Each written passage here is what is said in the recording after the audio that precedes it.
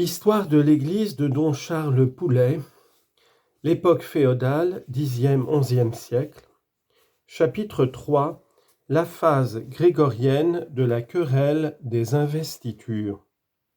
1. La victoire de Grégoire VII sur Henri IV. À la mort d'Alexandre II, l'archidiacre Hildebrandt fut désigné à la tiare par les cris de la foule. Les cardinaux s'empressèrent de ratifier le choix populaire. Né à Soana en Toscane, élevé au monastère romain de Sainte-Marie-Aventine, appelé ensuite à diriger l'abbaye de Saint-Paul, puis chargé d'une légation en France sous Léon IX, Hildebrandt ne commença toutefois à exercer une influence universelle que sous Alexandre II. Et c'est à tort qu'on lui attribue parfois l'inspiration du décret de 1059 sur l'élection pontificale. Le nouveau pape était tout pénétré de l'esprit réformiste et clunisien. Il ne songeait qu'à libérer la société ecclésiastique du joug laïque. Aussi, tout en désirant l'harmonie absolue du sacerdoce et de l'Empire, qui sont les deux yeux du monde, entre guillemets, professe-t-il cependant la supériorité du pouvoir sacerdotal sur le pouvoir royal, qui est seulement d'origine humaine et qui ne s'exerce que par rapport aux choses humaines. Placé au sommet de la hiérarchie ecclésiastique, le pontife romain est juge des rois et des empereurs. L'humble Grégoire VII ne vise pas d'ailleurs à une monarchie pontificale universelle. Sa conception du gouvernement théocratique a seulement pour but de limiter l'absolutisme et de réprimer les abus de la tyrannie. Le plus grand de tous était alors l'investiture laïque, racine de la simonie et du nicolaïsme. Il entreprit aussitôt d'en libérer l'épiscopat. Au synode romain tenu du 24 au 28 février 1075, il promulgue ce fameux décret, citation, « Quiconque à l'avenir recevra de la main d'un laïc un évêché ou une abbaye ne sera pas compté parmi les évêques et les abbés. De même, si un empereur, duc, marquis, comte, ose donner l'investiture d'un évêché ou de quelque autre dignité ecclésiastique, qu'il sache que nous lui interdisons la communion du bienheureux Pierre. » Fin de citation. La légitimité d'une telle sentence reste indiscutable. Cédés au clergé par une irrévocable donation, les biens ecclésiastiques n'étaient qu'une dépendance de la charge spirituelle. N'empêche que, pour les princes, la perte était considérable. Personne ne fut plus atteint que l'empereur Henri IV. Nulle part en effet les prélats n'apparaissaient plus riches qu'en Allemagne, nulle part ils n'étaient autant dans la main du pouvoir royal, qui par eux faisait contrepoids aux vassaux laïcs fort indisciplinés. D'ailleurs, les rois de Germanie prétendent diriger la chrétienté.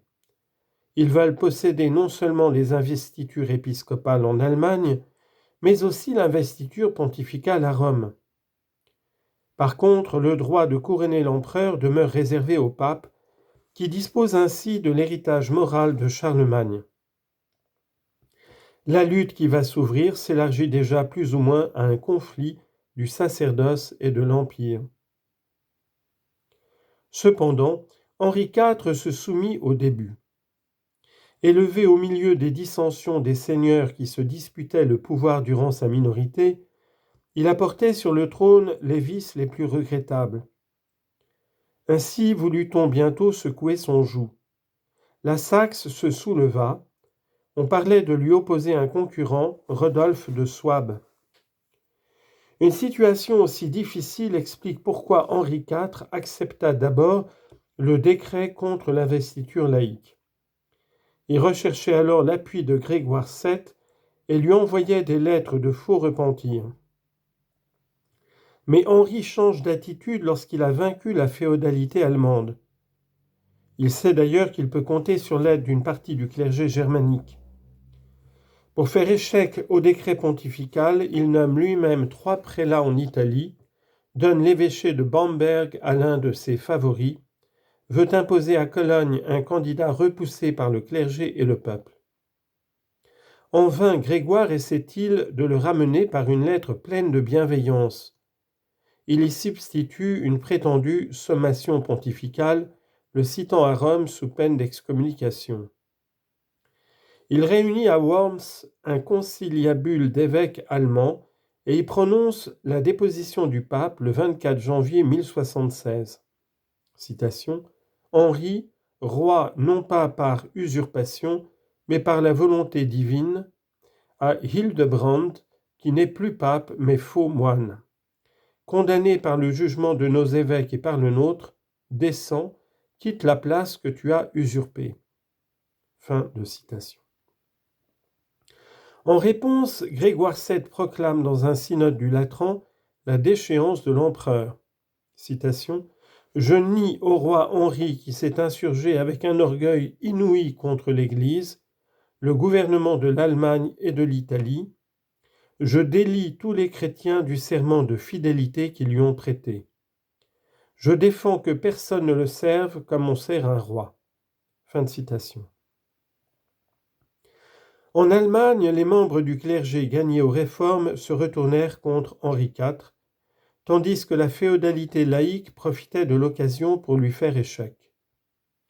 À Tribure, en octobre 1076, évêques et princes décidèrent de remettre le sort de l'empereur au jugement de l'assemblée d'Augsbourg, qui se réunirait à la Chandeleur prochaine sous la présidence de Grégoire VII.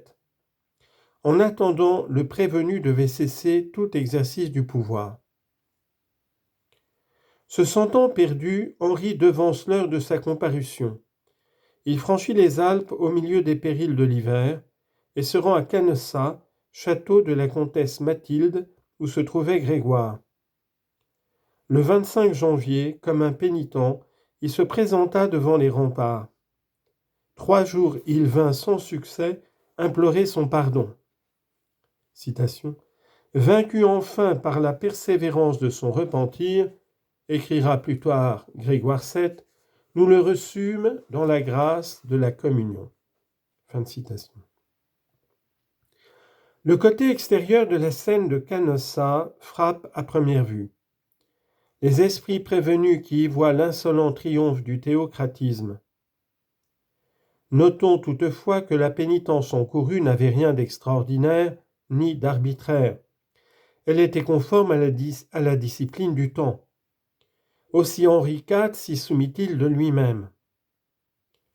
Si Grégoire VII pécha à Canossa, ce fut par excès de charité.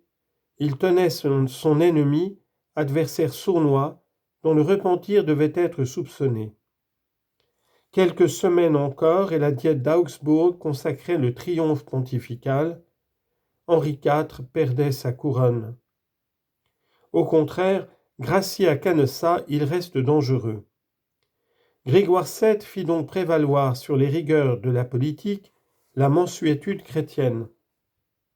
Il plia devant les instances de la comtesse Mathilde et de Hugues de Cluny, au risque d'indisposer ses propres partisans en Germanie.